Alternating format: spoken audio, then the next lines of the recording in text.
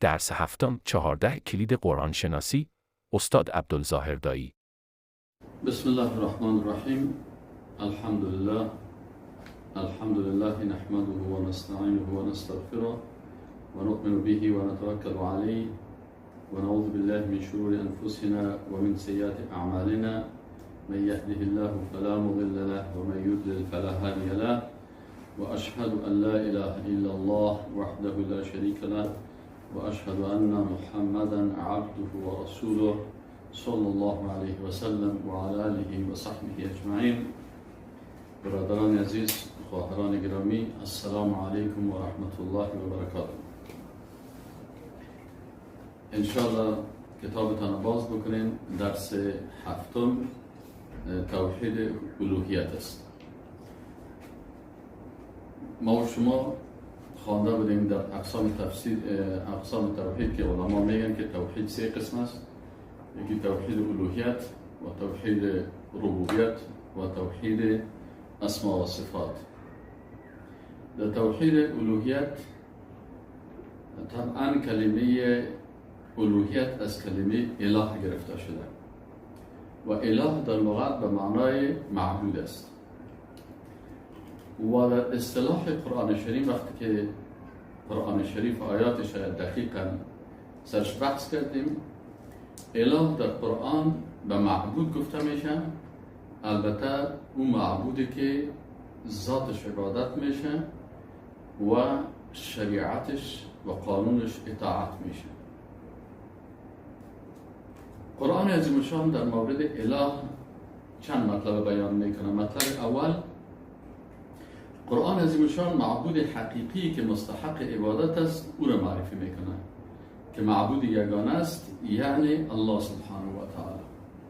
الله متعال میگه و الهکم و معبود شما که ذاتش باید عبادت شود و احکام و شریعتش اطاعت شود. اله واحد، معبود یگانه است. لا اله الا هو الرحمن الرحیم. نیست هیچ معبودی به حق الا هو مگر او. الرحمن الرحیم، رحمان الرحیم است. مطلب دوم اینه که قرآن عظیم الشان برای ما و شما بیان میکنه رد عقیده تعدد معبودات است. قرآن عظیم الشان چون در وقت نزول قرآن عظیم الشان مردم بعضی ها دو معبود میگفتن هست. معبود خیر و شر در مناطق فارس.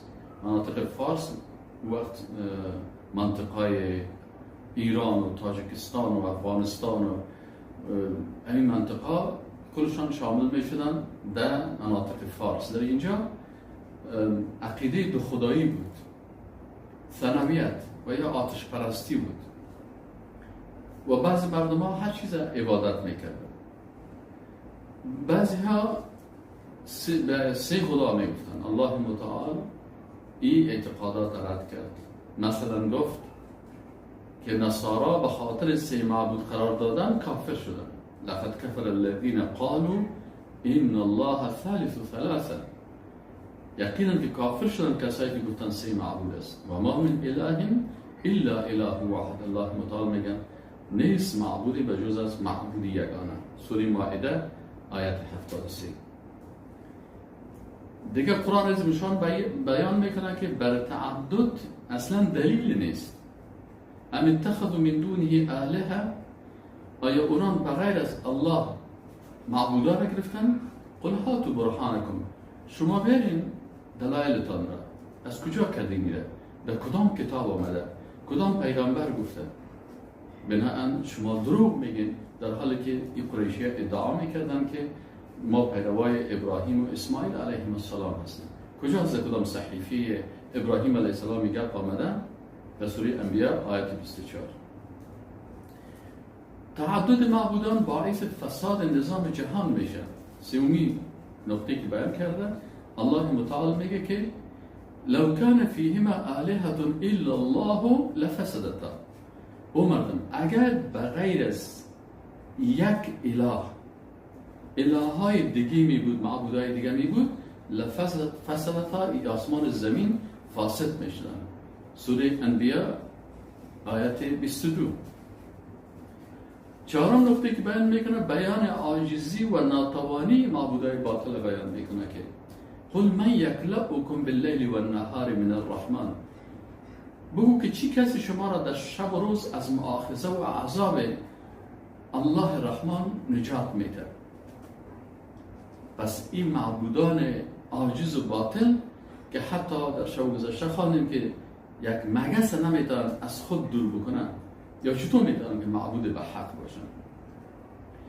پنجم بیان جهالت، هلاکت و بطلان بتپرستی را قرآن بیان میکنه که کسایی که بتپرستی میکنن، قبر پرستی میکنن، انسان پرستی میکنن، اینا جاهل هستن، اینا هلاک میشن و عقیده از اینا باطل است. الله متعال میگه وقتی که موسی علیه السلام امرای بنی اسرائیل در جای گذشتن، قالوا بنی اسرائیل گفتن یا موسی، این موسی، اینا گذشتن از یک جای یک منطقه میرتن، دیدن اونجا بت پرست ها هستن.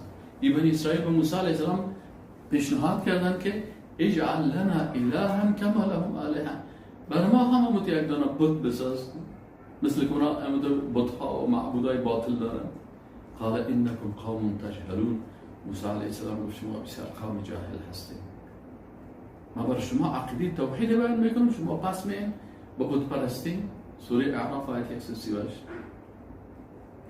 ان هو الا متبر ما هم فیه، نیست یقینا این مردمایی که در آنچه هستن اینا در هلاک شونده هستند، یعنی اینا هلاک میشن با این معبودای باطل خود. و باطل ما کانوا یعملون، و آنچه که اینا میکنن باطل است. سوره اعراف آیه 139. مطلب سوم، الله متعال خود معبود یگانه معرفی میکنه در قرآن عظیم شان.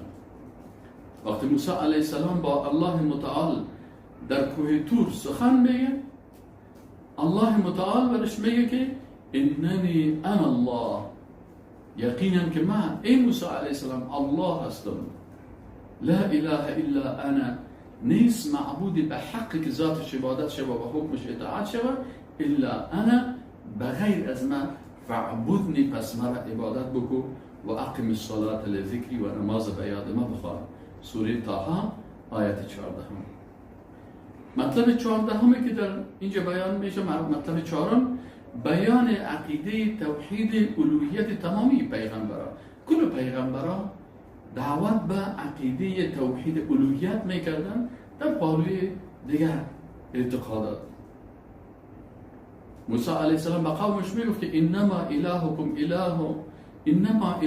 الله، یقینا که معبود شما الله هست، الذي لا اله الا هو وسع كل شيء علما، علم از بسیار وسیع است. یونس علیه السلام فنادى فی الظلمات، یونس علیه السلام در شکم ماهی صدا میکرد که لا اله الا انت، لا اله الا انت سبحانك انی كنت من الظالمین. پس عقیده لا اله الا الله عقیده تمام پیغمبر است. مطلب 5 امر به علم داشتن به لا اله الا الله. الله متعال میگه شما به لا اله الا الله علم داشته باشین.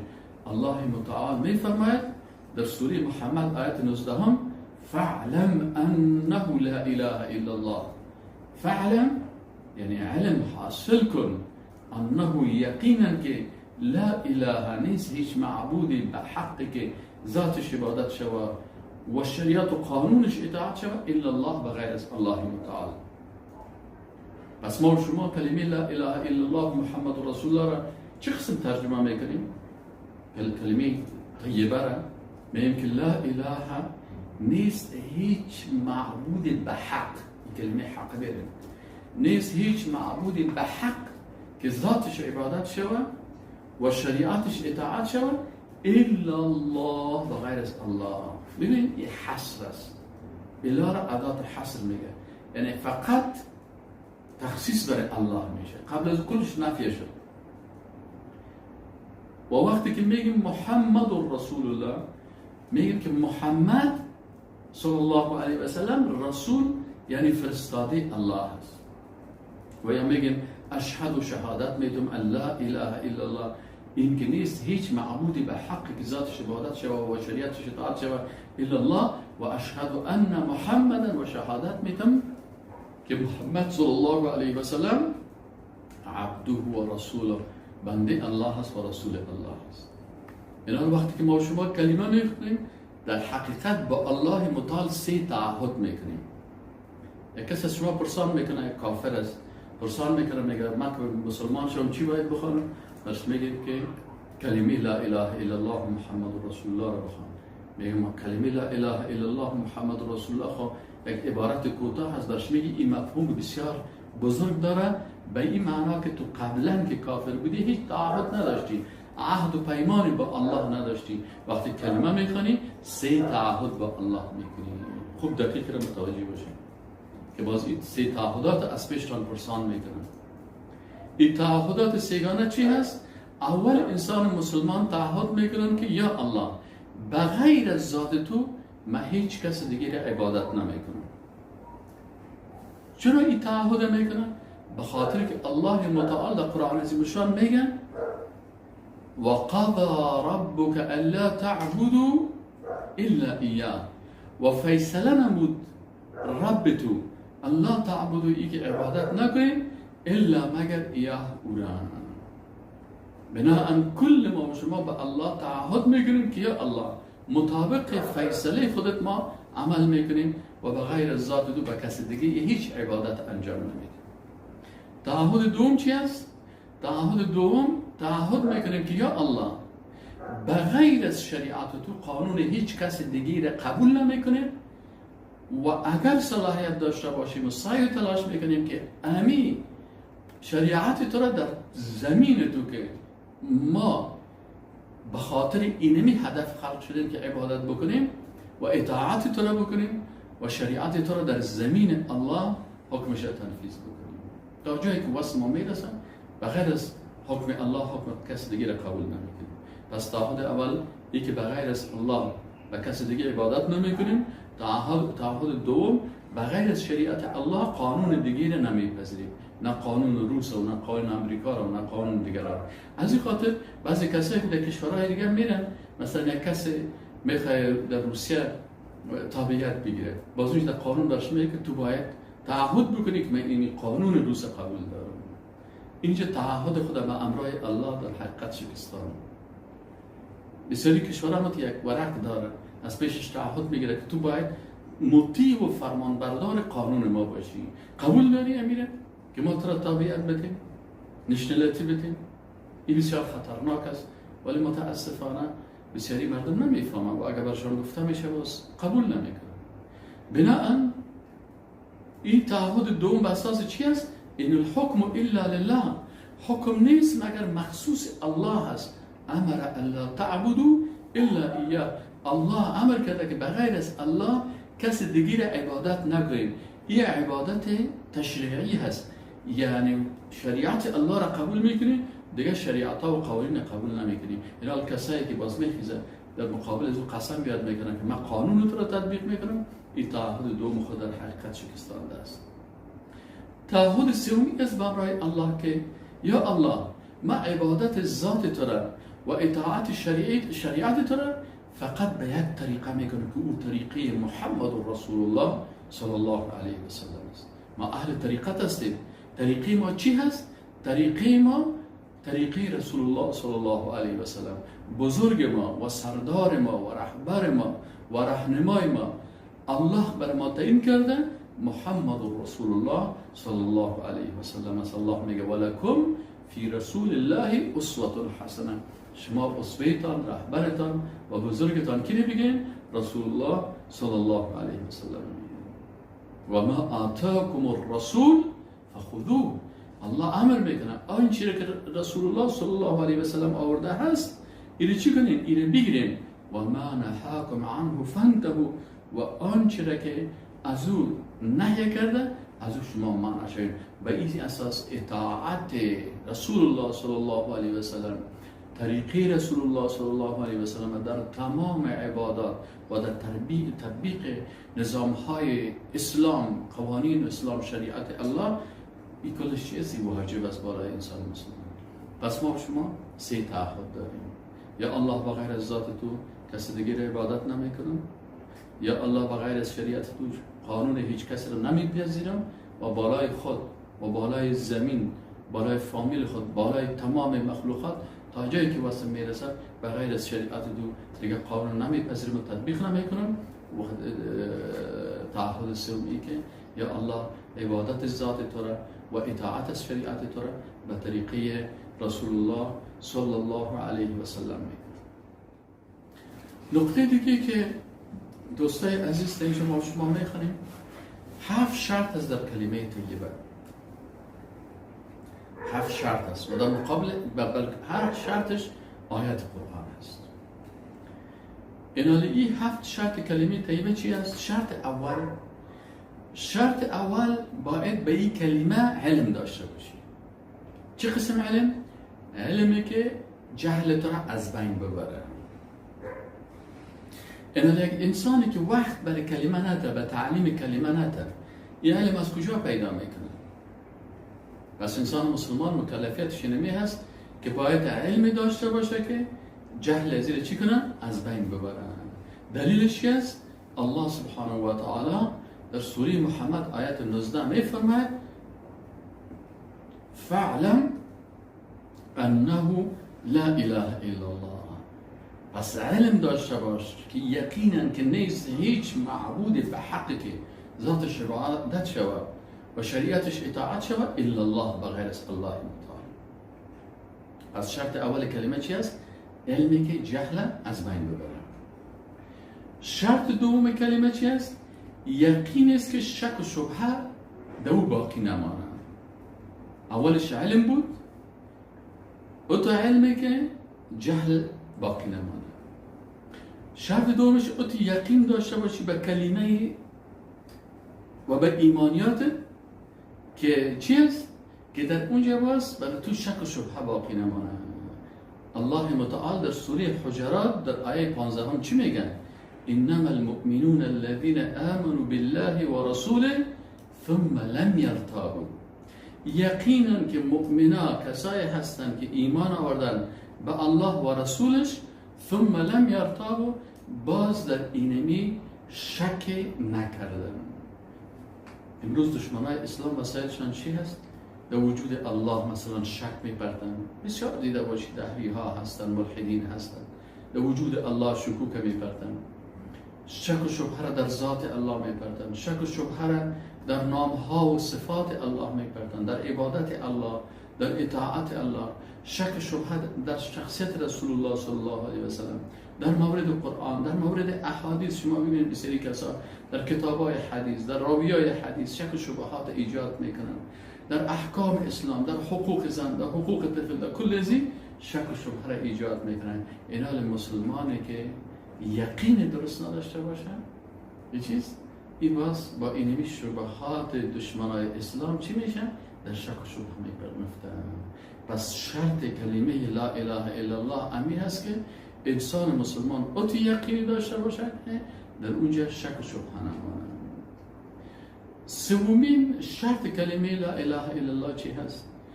قبولی که در آن رد کدام حکم نباشه. یعنی تو قبول بکنه شریعت الله را، حکم الله را، که هیچ چیزی را رد نکنه. بعضی کسایی هستن افتؤمنون ببعض الکتاب و تکفرون ببعض. مثلا یک بخش یک آیت قرآن قبول میکنه، باز دیگه قبول نمیکنه. میگه مثلا من نماز قبول دارم، نظام اقتصادی اسلام قبول ندارم. نه خیر، کلمه حق کسی که میخوانه باید تو قبول بکنه که در او هیچ چیز رد نکنه. انما در سوره نور آیت 51 الله متعال میگه انما كان قول المؤمنين اذا دعوا الى الله ورسوله ليحكم بينهم ان يقولوا سمعنا واطعنا. این میگه مسلمان ها وقتی که به الله و رسول دعوت شدن که بیا به قرآن و سنت، بیا به قرآن و سنت. قرآن کلام الله است و سنت هم وحی الهی است. بیا به قرآن و سنت عمل بکنیم. الله متعال میگه که مؤمنای واقعی که دعوت شوند به طرف الله و رسولش، به طرف قرآن و سنت، لیحکم بینهم که الله و رسولش در مسائل زندگیش برش در احکام فیصله بکنن، یا باز چی میگن؟ سخن از یا چی است؟ ان یقولوا سمعنا و اطعنا، میگن ما شنیدیم و اطاعت کردیم. خلاص. الله متعال میگه و اولئک هم المفلحون، اینی مردم ها کامیاب هستند. سوره نور آیت 51. اما مردم های بیدین چه قسم از اونا را هم الله متعال معرفی میکنه، میگه انهم كانوا اذا قیل لهم لا اله الا الله یستکبرون. برای از اونا وقتی گفته میشد که لا اله الا الله تسلیم شوید، بگوین لا اله الا الله، یا چی میکنن؟ تکبر میکردن. شرط چهارم کلمه طیبه انقیاد یا تسلیمی که هیچ حکمی را ترک نکنن. اصلا امی حاکمیت الله چی است؟ انقیاد و تسلیمی به حاکمیت الله است، چی تکوینی باشه و چی تشریعی باشه. انقیاد و تسلیمی به حکم الله است، اطاعت حکم الله است. الله متعال میگه که فلا و ربک لا یؤمنون، قسم است به پروردگار تو که این مردم مؤمن نیستن، حتی یحکموک فیما شجر بینهم، باز تا وقتی که اینا در اختلافات خود ای رسول الله صلی الله علیه و سلم تو را حکم قرار ندن که تو مطابق وحی الهی برشان فیصله بکنی. اما خدا کفایت میکنه، میگه ثم لا یجدو فی انفسهم حرج مما قضیت، باز چی نشه؟ در آنچه که تو فیصله کردی دلتنگی هم نداشته باشی. سه شرط است. فلا و ربک لا یؤمنون حتی یحکموک فیما شجر بینهم، شرط اول. ثم لا یجدو فی انفسهم حرج مما قضیت، باز در نفسهای خود حرج دلتنگی نداشته باشه. اگر به حکم تسلیم شود، خب بگه والا من یه حکم قبول کردم، خب با مجبوریت دلم تنگ است، باز هم این مؤمن نیست. اگر این دو تا را کرد، میگه نه، یک شرط دیگه هم هست، و یسلم تسلیما، 100% باید به این تسلیم شود. پس یکی از شرط چهارم کلمه چی است؟ انقیاد یا تسلیمی در حکم الله که هیچ حکم از رو ترک نکنه. نگویه که این حکم میگیریم ایره نمیگیریم، ایره چطور است؟ نه، کل احکام قبول بکنه و تسلیم باشه به کلش. شرط پنجم کلمه طیبه چی هست؟ صدق و راستی است. او تو صدق و راستی داشته باشه، صادق باشه، زبان و قلبش یکی باشه، که دروغ وجود نداشته باشه، کذب از بین بره، دروغ از بین ببره. قل صدق الله، الله متعال میگه بگو الله راست گفت. سوره آل عمران آیت 95. فاتبعوا ملت ابراهیم حنیفا، شما متابعت بکنین ملت ابراهیم که ملت حنیف پاک است. و ما کان من المشرکین، ابراهیم علیه السلام از جمله مشرکین نبود. پس شرط پنجم کلمه چی است؟ صدقی که کذب از بین ببره، ندست دروغ باشه به امرای الله. و امرای الله تو صادق باشی، زبانت و قلبت و اعضای بدنت کلش تصدیق بکنه، کلش تصدیق، غلطی و دروغ نباشه. چرا الله متعال در سوره احزاب آیت 8 چی میگه؟ لیسأل الصادقین عن صدقهم، تا سؤال شوند صادقان از صدقشان، راستیشان. شرط ششم کلمه چی هست؟ اخلاص است. چه قسم اخلاص داشته باشیم؟ که 100% اعمالت خاص برای الله بگیری، نیتت 100% نیتت خاص برای الله بگیری، 1% هم برای مخلوق نباشه، 1% هم مخلوق شریک نسازی. از این خاطر اخلاصی داشته باشه که چی از بین ببره؟ شرک از بین ببره. چی شرک اکبر باشه و چی شرک اصغر. شرک اکبر که مخلوق در نیت خود بیاری، و شرک اصغر چی است؟ که به خاطر مخلوق کار نمی کنی، بلکه کار به خاطر الله میکنی، لیکن دوریا کاری میکنی. نه، او تو اخلاص داشته باشی که هیچ چیزی را با الله شریک نکنی، شرک کاملا از بین ببره. اخلاص صادقانه که انسان یک عمل خود خاص به خاطر الله میکنه، نه به خاطر چوکی، نه به خاطر قدرت، نه به خاطر پیسه، نه به خاطر شهرت، نه به خاطر نام، بلکه به خاطر الله میکنه. و شاید اما اخلاص ازی که به خاطر الله میکنه به قیمت جان ازی تمام شود و مردم تسلط شوند که ایره بکشن، بازم اما تو اخلاص داشته باشه که هیچ کس در این شریک نسازن، فقط به خاطر الله. ان صلاتی و نسکی و محیای و مماتی لله رب العالمین. رسول الله صلی الله علیه و سلم قل، الله برش حکم میکرد که رسول الله صلی الله علیه و سلم بگو برز مردم که نمازمه، ان صلاتی نمازمه و نسکی و تمام مناسک ما اگر ذبح میکنم یا حیوان یا پرنده و یا دیگه مناسکی در حج است، دیگه مناسک عام است، این انجام. ان صلاتی و نسکی و زندگی من و مرگ من لله خاص بر الله است. تا وقتی که الله بخواد من زنده باشم، من راضی هستم به زندگی الله. روزی که الله بخواد که من بمرم، راضی هستم به مرگ، آنچه که الله برای من تقدیر کرده، چرا کلش خاص است برای الله که رب العالمین است. زندگی من به خاطر الله است و مرگ من به خاطر الله است. اخلاصی که شرک چی کنه از بین ببره، باز در قلب انسان چیزی شریک نباشه که مخلوق دو شریک شود.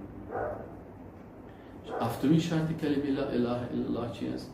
هفتمین شرط کلمه لا اله الا الله محبت است که بغض شاعر الله را از بین میبره. ات یک محبت داشته باشی با الله، ات محبت داشته باشی با شاعر الله، ات محبت داشته باشی با رسول الله صلی الله علیه و سلم، ات محبت داشته باشی با اولیاء و دوستان الله، که بغض و بدبینی که در قلب تو هست این از بین ببره. با هیچ موحد بغض نداشته باشی، کلشان به خاطر الله دوست داشته باشی. شاعر الله را، کعبه را دوست داشته باشی، قرآن را دوست داشته باشی، رسول الله صلی الله علیه و سلم دوست داشته باشی. اینا کلش در شاعر داخل میشه. پیغمبرها را دوست داشته باشی، نامهای الله را دوست داشته باشی، حجاب را دوست داشته باشی چون حکم الله هست، سطر را بیشتر دوست داشته باشی به خاطر از اینکه سنت رسول الله این هم یکی از شاعر الله هست.